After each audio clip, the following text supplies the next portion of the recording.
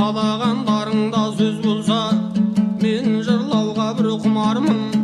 Шұбалаң құйрықта шұбармын, ей шапқан аттай да заулаймын, жанған оттай да қаулаймын. Не қылған мен дедер күнім, бұлдырағанда таудаймын. Екі атысқанда жау болса, арасында бір танамын.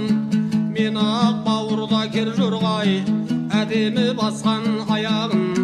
Қарасаң көзің жеткізіл, жылмайып жатқан даламын.